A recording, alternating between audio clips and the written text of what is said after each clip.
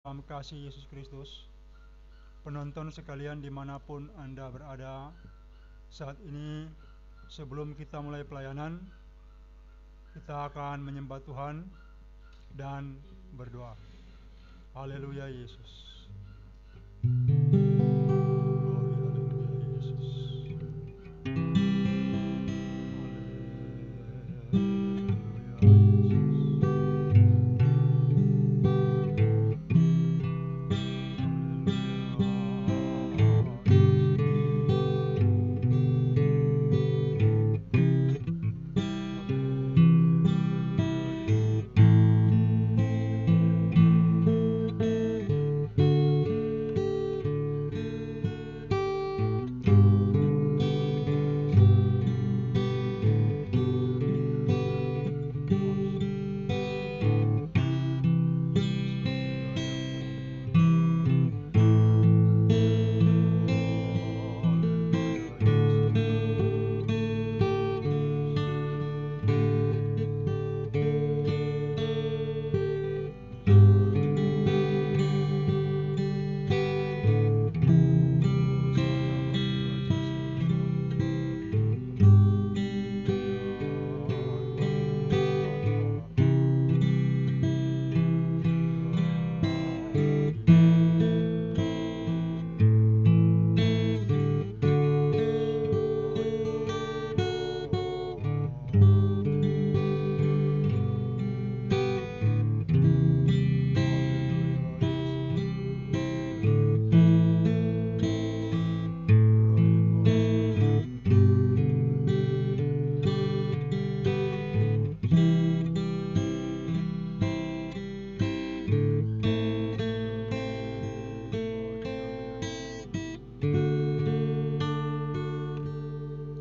Segala puji syukur bagimu Tuhan Allah, Bapa Surgawi, dalam nama Yesus Kristus Tuhan, memuliakan Engkau untuk saat dan waktu ini.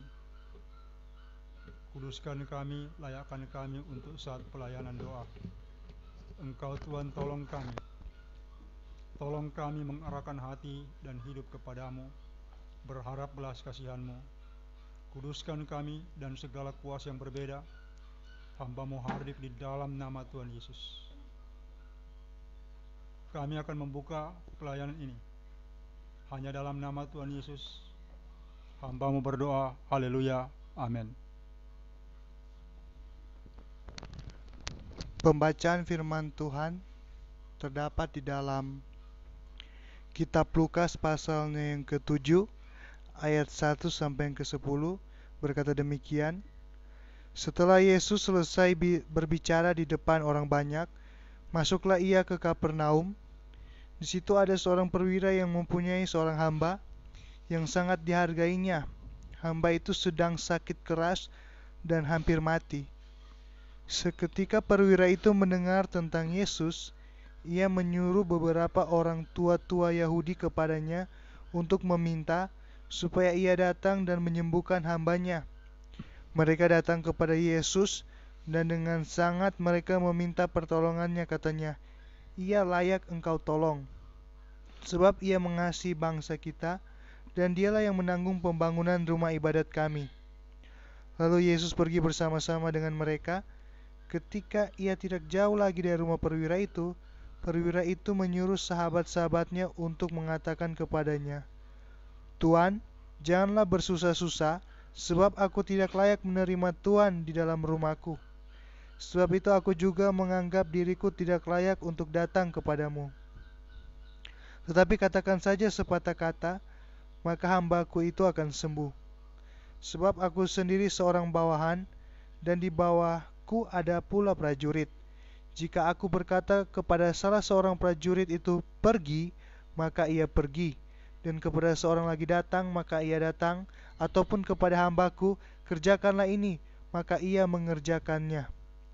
Setelah Yesus mendengar perkataan itu, ia heran akan dia, dan sambil berpaling kepada orang banyak yang mengikuti dia, ia berkata, Aku berkata kepadamu, iman sebesar ini tidak pernah aku jumpai, sekalipun di antara orang Israel.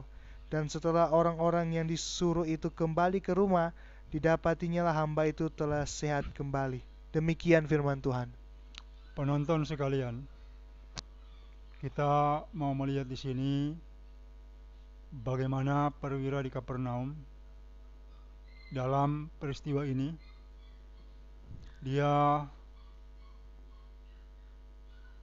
mendengar tentang Tuhan Yesus dan dia mau meminta tolong menyangkut hamba yang sangat dihargainya. Penonton sekalian, perwira ini adalah orang yang seperti kata tua-tua Israel di wilayah itu, di wilayah Kapernaum, dia yang menyantun pembangunan Bait Allah sinagog di wilayah itu. Dan juga dia ini mengasihi bangsa Israel. Nah, ketika dia datang meminta tolong, dia menyuruh, kalau kita lihat di sini sepertinya ada dua rombongan. Pertama, yang telah membujuk Tuhan Yesus, seperti yang saya katakan barusan, dia layak ditolong, engkau layak menolong dia, kata mereka kepada Tuhan Yesus. Dan yang kedua, ketika Yesus dekat dari rumahnya, dia juga menyuruh orang untuk mengatakan bahwa dia tidak layak. Dia tidak layak atau dia tidak berkenan untuk Tuhan Yesus datang. Dia merasa tidak layak dan dia meminta sepatah kata saja dari Tuhan Yesus untuk hambanya yang sakit. Pasti dia percaya itu terjadi kesembuhan untuk hambanya. Dan telah kita baca di bagian akhir bagaimana hamba dari perwira ini telah sembuh dari penyakitnya. Sering kita menyoroti bagian ini dari sisi imannya, tapi saya mau lihat ini dari sisi bahwa dia merasa tidak layak. Dia ini yang telah menjadi donatur untuk wilayah Kapernaum, yaitu pembangunan Bait Allah di situ, sinagog. Dia yang menjadi penyantun atau donatur. Dan dia juga memang kalau mau lihat ini terbukti orang ini mengasihi orang Israel. Seperti kata tua-tua itu, tidak ada gambaran yang lain selain perkataan mereka, dia mengasihi bangsa kita. Nah, dia merasa tidak layak. Bayangkan orang-orang ini, apalagi kalau sudah menyumbang di gereja, itu merasa sangat layak, bahkan duduk paling depan, karena misalnya para pelayan mempersilahkan dia duduk depan. Tapi orang ini merasa tidak layak. Di sini dijelaskan bagaimana dia seorang yang benar, mengasihi bangsa itu, dan dia juga menjadi donatur untuk pembangunan sinagog. Nah, kalau dikaji, sebenarnya jujur tidak masuk di akal dia merasa diri tidak layak. Bukankah dia telah membantu pembangunan sinagog di situ? Bukankah dia ini mengasihi bangsa Israel? Yesus adalah bangsa Israel, terlahir sebagai orang Israel. Dia itu sepatutnya berpikir bahwa dia layak. Dia layak. Tetapi dia tidak merasa bahwa dia layak. Dia pikir dia tidak patut untuk bersusah-susah memanggil Tuhan Yesus masuk ke rumah itu untuk hambanya yang sakit. Dia merasa bahwa dia ini betul-betul sangat tidak layak. Dia mengenal Yesus. Banyak orang, bahkan orang Kristen tidak mengenal Yesus. Tapi orang ini, orang Romawi, di tengah-tengah bangsa Israel, dia itu mengenal Yesus. Dia tahu apa yang telah dilakukan Yesus. Kenapa? Karena dia seorang perwira.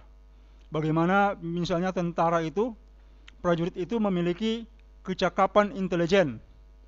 Mereka tahu, dia tahu bahwa Yesus itu seorang penyembuh, dan dia juga lihat bahwa Yesus itu adalah substitusi diri Allah.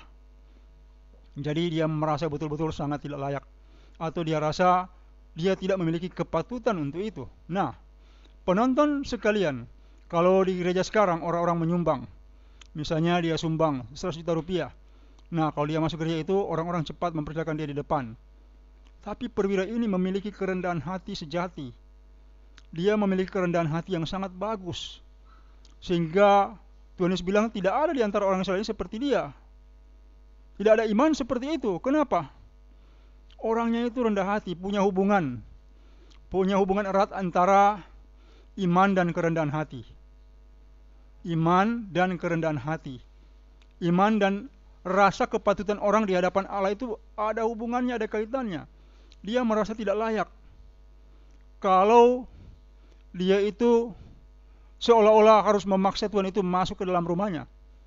Dia bilang cukup sepatah kata saja. Memang belum ada iman sebesar itu di Israel, tidak ada. Tuhan Yesus bilang sendiri tidak ada orang di antara bangsa ini yang punya iman seperti perwira ini. Tidak ada yang memiliki iman seperti orang Romawi ini. Tapi dia sendiri tidak merasa layak. Dia merasa dia bukan apa-apa dan dia merendahkan diri dan berusaha untuk mematutkan diri kepada Tuhan dengan hanya minta sepatah kata saja. Sebenarnya dia minta sepatah kata saja, bukan hanya soal imannya, tapi dia betul-betul masih tidak layak bahwa dia harus membawa Tuhan ke dalam rumahnya. Nah, kita ada kalanya berpikir seperti seolah-olah kita ini teman Tuhan. Dan saya sering masgul hati kalau pelayanan di radio itu mereka bilang, dia sudah bilang saya sakit jantung Pak. Dia telepon, oke, dengan ibu siapa? Dia bilang kan namanya. Dari mana? Dia bilang tempatnya. Kemudian ibu sakit apa? Apa yang bisa dibantu? Apa yang saya bisa tolong? Ya pendeta, saya minta tolong. Saya sakit jantung. Jantung saya itu bermasalah. Saya sakit jantung bengkak atau gagal jantung. Ya oke bu, ya itu, cuma itu. Saya cuma minta itu. Nah, kita ada kalanya tidak bisa menempatkan perkataan yang benar yang menggambarkan bagaimana jiwa kita dalam mematutkan diri di hadapan Tuhan seperti perwira ini. Dia sudah minta mau berdoa jantung dan dia bilang cuma. Saudara-saudara, bagaimana kita menghargai yang ilahi? Bagaimana kita menghargai Tuhan? Sakit jantung, Anda, Ron, itu dokter semua, jantung bengkak. Siapa yang bisa sembuhkan itu? Kemudian di hadapan Tuhan bilang cuma. Seolah-olah memandang remeh masalah mujizat. Cara mematutkan diri kepada Tuhan seperti ini sangat buruk.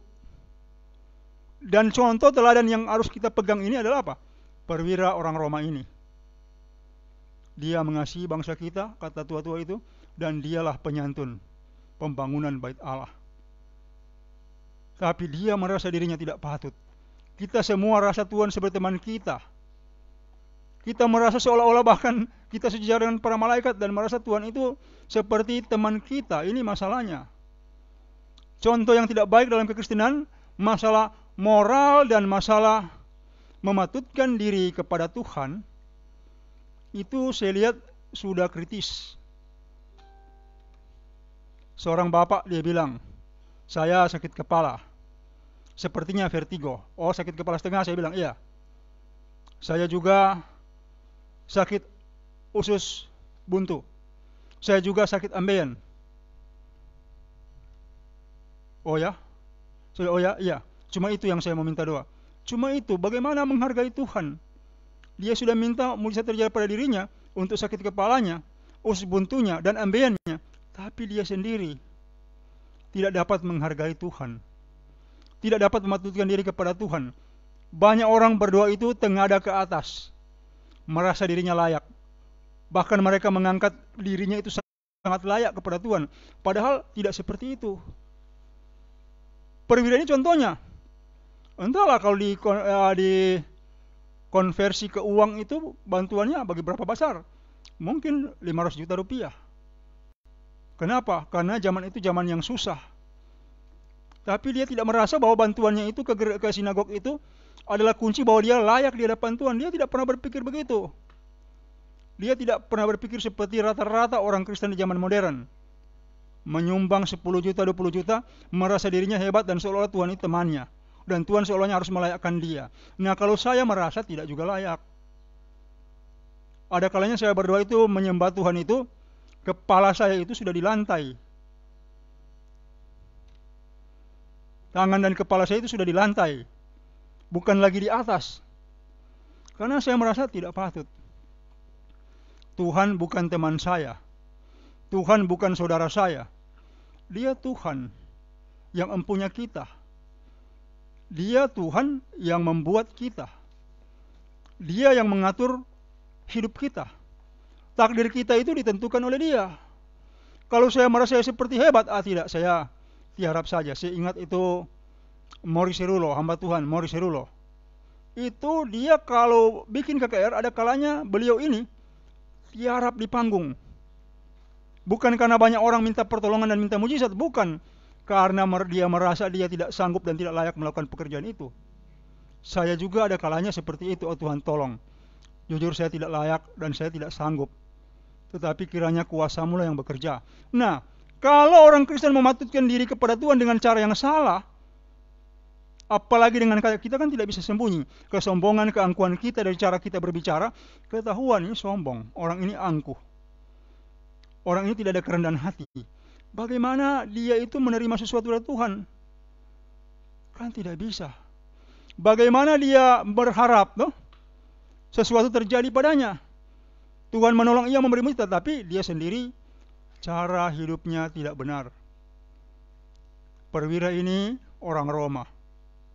Kalau sekarang kita boleh bilang begini, perwira ini bukan orang Kristen atau non-Kristen, tetapi dia teladan dalam kerendahan hati, dalam cara dia mematutkan diri kepada Tuhan, dan juga dia memiliki kasih, sehingga imannya ini boleh dikata sempurna. Sekurang-kurangnya nilainya poinnya itu 9 atau mungkin 9,9 kalau tidak mau dikasih 10. Kategori imannya sempurna. Nah, penonton sekalian, belajar dari firman Tuhan ini, Anda mendekatkan diri kepada Tuhan harus dengan kerendahan hati. Jangan sama sekali Anda meninggikan diri. Anda boleh bersembunyi. Kalau saya biasa kritik, ya ini orangnya sombong, kok dia berdoa begini? Tidak boleh. Saya pernah melakukan kesalahan seperti itu. Ketika saya baru belajar, saya bilang, oh Tuhan, bikinlah mujizat ini. Dan kemudian Pak Guru saya menegur saya, kamu ini gila, kamu anggap Tuhan apa? Tuhan bukan sahabatmu, Tuhan bukan babumu untuk membuat mujizat. Engkau itu tunduk dan menyembah Dia, kemudian minta belas kasihan. Oh Tuhan, tolonglah saya. Saya langsung tersadar betapa angkuhnya saya. Kenapa? Karena kebudayaan Kristen modern tidak mengajar hal yang benar ini. Cara orang berdoa seperti cara orang berbiasa seperti apa? Mereka tidak ajar bahwa orang harus datang kepada Tuhan dengan kerendahan hati. Musa saja hamba Tuhan Allah itu, saudara-saudara, dia kalau berdoa itu tiarap sampai di tanah. Ini yang Anda harus tahu. Dia tiarap badannya semua, tangannya dan wajahnya itu ke tanah. Padahal siapa seperti Musa? Kita ujung kukunya pun tidak, saya ujung kukunya pun tidak. Dia saja memiliki kepatutan yang sangat kepada Tuhan Allah yang dia sembah. Dia tahu dia siapa, dia hanya debu tanah. Daud juga begitu, menyembah sampai ke tanah. Ada kalanya begitu dia. Nah, kalau kita mengangkat diri kita terlalu tinggi, mengkuria, kita akan direndahkan. Nah, saya kira ini cukup firman, sebentar nanti lanjutkan di YouTube. Firman yang kurang lebih sama di ayat yang lain. Nah, saya kira demikian, terima kasih. Tuhan memberkati.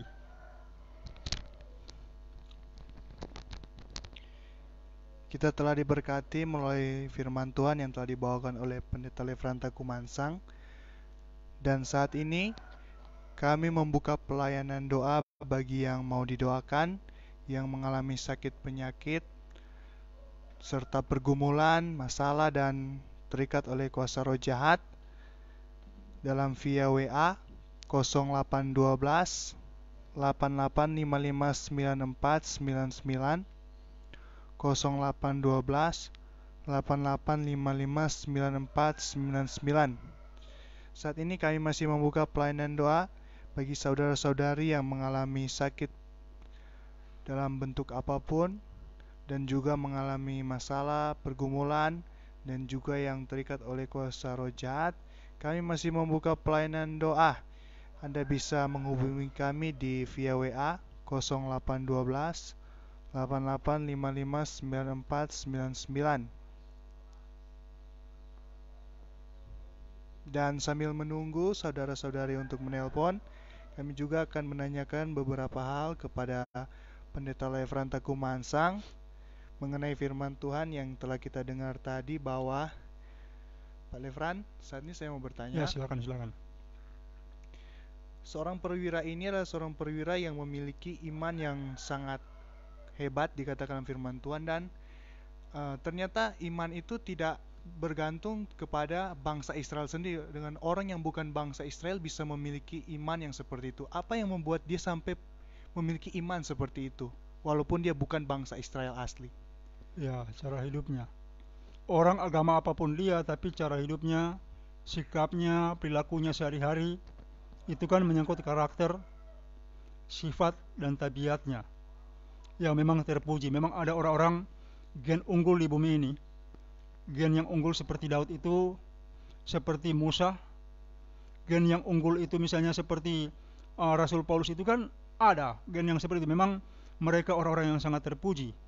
Karakter sehari-hari memang boleh dikata sempurna, sebagai manusia itu sempurna. Kita lihat Nabi Daniel, dia sangat sempurna. Dia melakukan kebenaran. Dia percaya kepada Tuhan Allahnya, Allah Yahweh itu dia percaya. Dan dia di pengasingan itu, karena dia orangnya sangat rendah hati, dia bersama 3 temannya, itu orang-orang yang sangat rendah, sehingga mereka mendapat kasih karunia Allah, dan mereka ditinggikan di antara bangsa itu, bangsa penjajah itu. Mereka ditinggikan sedemikian rupa, bahkan dikaruniai hikmat dan macam-macam kemampuan, sehingga memang mereka mendapat jabatan yang sesuai sebagai petinggi. Nah, ini contoh karakter, sifat, tabiat. Pertama-tama, sebenarnya kekristenan kita itu harus diajar bagaimana merubah karakter, sifat, dan tabiat. Kalau itu sudah disifat di darah, susahnya bukan main. Berarti apa? Misalnya kalau sombongnya di darah, berarti orang itu harus melawan kesombongannya. Sedemikian dia harus berjuang dari waktu ke waktu, hari ke hari itu, dia harus berjuang mengalahkan itu. Berusaha menaklukkan itu tidak bisa dikeluarkan. Kenapa? Tidak bisa ditengking. Kenapa? Karena dalam sifat itu berarti apa? Di dalam darah, itu genetik. Berarti dia memang itu harus berusaha sungguh-sungguh untuk menjadi orang yang rendah hati. Masalahnya banyak orang sombong merasa diri rendah hati. Ini masalahnya. Ini saya lihat orang sombong, sangat sombong, tetapi merasa dirinya rendah hati. Banyak yang seperti ini. Dan kalau bicara dengan orang yang seperti ini, saya juga pusing. Kenapa? Sombong sekali, merasa diri rendah hati. Dari kata-katanya tercermin kesombongan dan sangat sombong, tapi dia bikin seolah-olah dia itu orang yang rendah hati. Katanya kepada orang seolah-olah dia rendah hati. Nah, ini masalahnya. Jadi ukuran kita itu jelas sekali. Jadi coba, apa yang kurang dalam diri Anda, coba cari. Jangan pikir bahwa Anda berdoa saja kepada Tuhan seolah-olah itu Tuhan. Tidak. Contoh, Musa. Genetik Lewi itu mengalir jelas pada darahnya, pada sifatnya. Salah satu genetik Lewi itu yang berbahaya adalah dia itu, karena membela adiknya diperkosa bersama Simeon, dia itu membunuh orang yang memperkosa ini. Bahkan satu rumpun keluarga itu mereka bunuh. Simeon dan Lewi itu membunuh. Kemudian Yakub marah sama mereka. Bapak mereka Yakub marah. Gen pemarah ini mengalir juga pada Musa. Dia bunuh mandor orang Mesir itu karena dia juga punya sifat membela seperti Lewi. Lewi bela Dina adiknya, dia bunuh orang yang memperkosa itu, sekeluarga mereka semua dia bunuh bersama Simeon. Musa karena dia tahu dia orang Israel, dia membela, dia bunuh mandor Mesir. Demikian juga sudah sangat jauh itu Rasul Yohanes dan Rasul Yakobus, tapi mereka hampir memusnahkan satu kota. Untunglah Tuhan Yesus menahan mereka. Nah, ini contoh sifat Anda yang buruk tidak dapat diselesaikan dengan cara Yesus. Dalam nama tidak akan pernah dengar baik-baik. Kalau ada yang mengajar itu nonsen, omong kosong. Kalau sifat Anda buruk, Anda harus berusaha merubah, disiplin diri. Kalau Anda rakus, berubah. Kalau Anda iri, itu coba berubah, cari berubah. Lawan rasa iri dalam hati, rasa dengki. Di dalam diri Anda itu lawan. Rasa sombong itu, pikiran sombong dan kecenderungan berbicara sombong itu harus dirubah. Caranya itu lawan dari hari ke hari. Coba cari pola. Saya pernah melawan juga itu, misalnya roh rakus.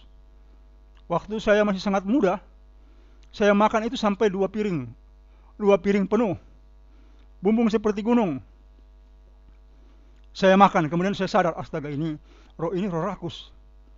Ya memang saya pelari jarak jauh waktu itu, pelari maraton. Tapi saya pikir tidak wajar ini. Saya taruh di situ misalnya kue yang paling saya suka, saya taruh di toples, dan saya lihat terus setiap hari. Setiap saat saya kan di kamar kan, saya lihat terus. Dan saya mulai mengatakan, kamu saya hukum, roh rakus, saya hukum kamu, tidak boleh. Dan lama-kelamaan kan ada perkembangannya. Bagaimana engkau mengatasi sifat sombong, genetik sombong? Mungkin bapakmu orang yang sombong atau ibumu orang yang sombong, sehingga engkau juga jadi sombong. Mungkin kakek nenekmu itu dibenci Allah, bahkan dikutuk Allah karena sombongnya. Lah engkau harus memang tiarap kepada Tuhan, berdoa dan melawan itu. Melawan itu. Saya pernah bilang sama Tuhan, saya tidak usah muncul saja, saya di sini saja di altar. Saya di altar, saya berdoa saja sama mereka semua. Karena engkau kan memberi jawatan pertama kepada saya, Tuhan, itu kan sebagai imam. Jadi, saya berdoa, tapi dia bilang tidak. Kenapa saya bilang tidak? Tidak, maksudnya saya bilang itu, saya di sini saja, tidak kemana-mana. Dia bilang, saya kan melawan sifat sombong. Dalam genetik kami itu sombong. Ada kesombongan, jadi saya coba lawan.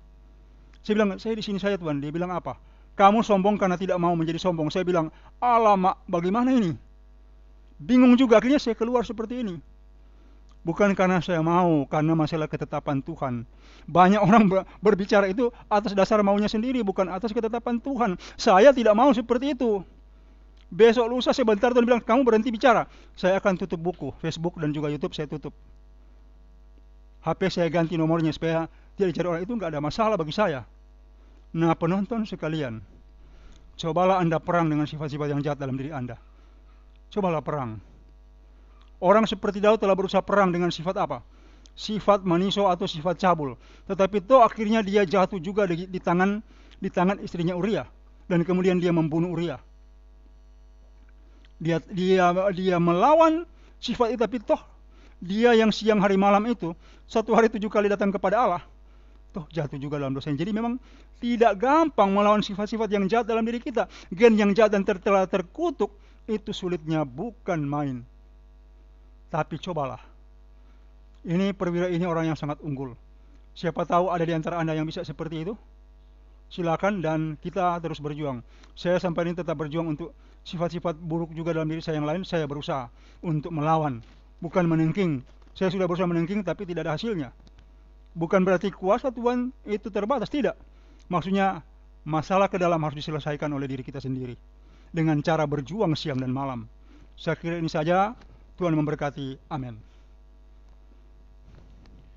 Ya, kita telah mendengarkan penjelasan dari Pendeta Lefranta Kumansang, bagaimana supaya kita bisa menjadi orang yang rendah hati.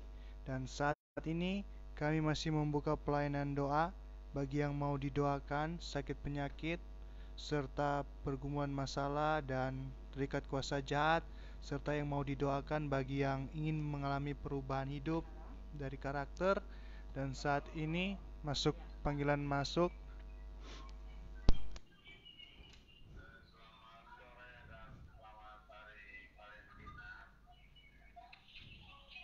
Ya, dengan siapa ini, dari mana?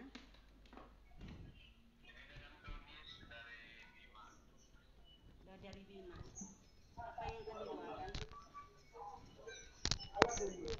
Saya sakit kaki. Kalau duduk sebentar saya bangun, langsung kram kaki saya. Oke, sakit apa? Kakinya kram. Pegang. Coba Anda periksa gula darah Anda. Jangan-jangan gula darah Anda tinggi. Biasanya itu ada hubungan. Coba periksa gula darah Anda. Nanti cari waktu periksa gula darah Anda. Periksa gula darah Anda. Ya. Sekarang saya mau berdoa. Pegang kakinya dengan tangan kanan. Pegang kakinya dengan tangan kanan. Sudah? Iya. Bapa surgawi, dalam nama Tuhan Yesus, Engkau jamah kekasih-Mu ini berhubungan dengan kakinya kram dan berat, Engkau jamah dan sembuhkan, kram dan berat hilang, dan buat gula darahnya normal, rasa kram di kaki hilang, sembuh, ringan dan normal, di dalam nama Tuhan Yesus. Demikian terjadi, terima dengan iman. Ya, tolong dicek.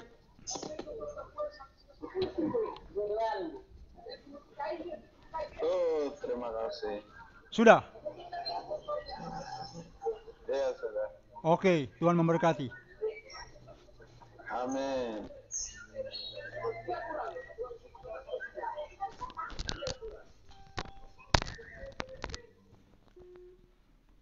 Ya, saat ini kami masih membuka pelayanan doa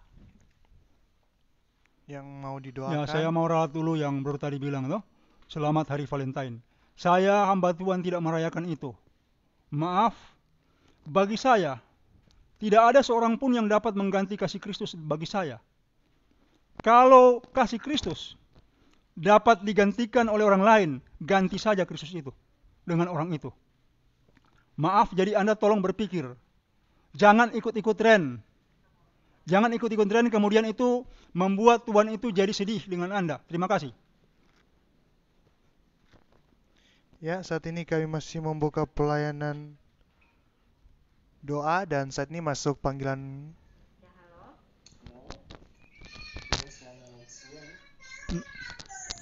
Halo. Ya, halo. Dengan Bapak siapa ini? Dari mana? Dari Bapak Maiman Kurniasi Loli di Jakarta Timur. Apa yang akan didoakan langsung dengan Bapak Pendeta? Iya, boleh. Ya. Silakan Bapak, apa yang akan didoakan? Minta tolong didoain untuk keluarga saya, masih makin lama makin berantakan ya, Mas. Halo? Ya, silakan Bapak, kami mendengarnya.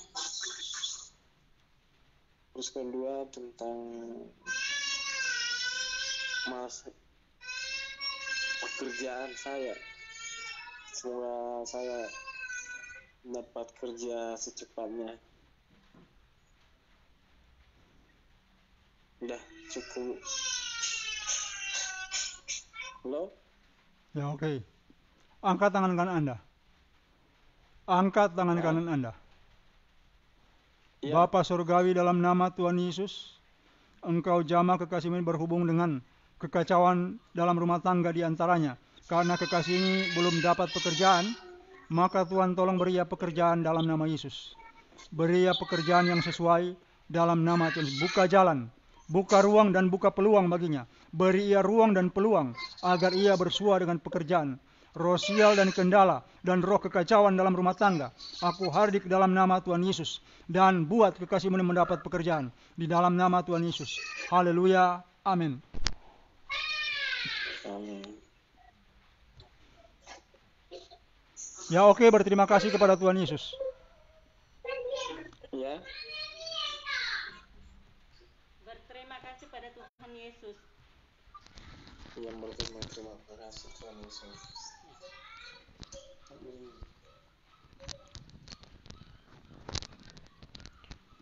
Saat ini kami masih membuka pelayanan doa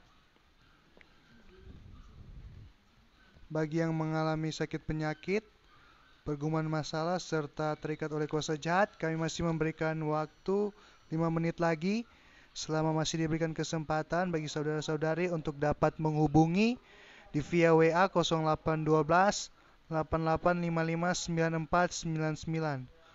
0812 88559499. Bagi yang mau didoakan, yang mengalami sakit penyakit, serta berdoa untuk masalah yang dialami dan juga terikat oleh kuasa jahat dalam bentuk apapun, dan juga dalam tugas pekerjaan untuk didoakan dan oleh Pendeta Lefranta Kumansang, kami masih membuka pelayanan doa dalam via WA 0812 88559499.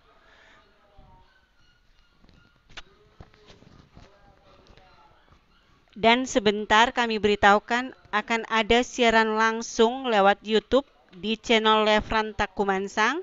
Silakan Anda menontonnya pada pukul 17.30 atau setengah 6 sore waktu Indonesia Tengah. Jadi silakan Anda menonton sebentar di channel YouTube Lefran Takumansang. Dan saat ini kami akan menutup siaran langsung ini. Dan bagi Anda yang masuk lewat kolom komentar, Anda bersiap untuk didoakan langsung oleh Bapak Lefran Takumansang. Silakan Anda berdoa dengan penuh keyakinan atau percaya dengan iman. Ya, angkat tangan kanan Anda. Pegang bagian yang sakit di tubuh Anda. Anda yang bermasalah boleh angkat tangan kanan seperti ini. Bapa Surgawi, dalam nama Tuhan Yesus Engkau jamah kekasih-kekasih-Mu ini. Tolong mereka yang sakit sembuhkan, rasa sakit dan nyeri tubuh hilang. Dalam nama Tuhan Yesus. Penyakit keluar. Dalam nama Tuhan Yesus. Roh penyakit keluar. Dalam nama Tuhan Yesus. Roh jahat keluar. Dalam nama Tuhan Yesus. Roh jahat keluar. Dalam nama Tuhan Yesus. Demikian juga Engkau jamah. Secara khusus Engkau jamah mereka yang bermasalah. Apapun juga dalam keluarga, rumah tangga, dalam pekerjaan, bahkan yang mereka yang butuh pekerjaan Engkau berkati, urapi, campur tangan, dan beri jalan keluar dalam nama Tuhan Yesus. Demikian hamba-Mu berdoa dan menutup pelayan ini dalam nama Tuhan Yesus. Haleluya. Amin.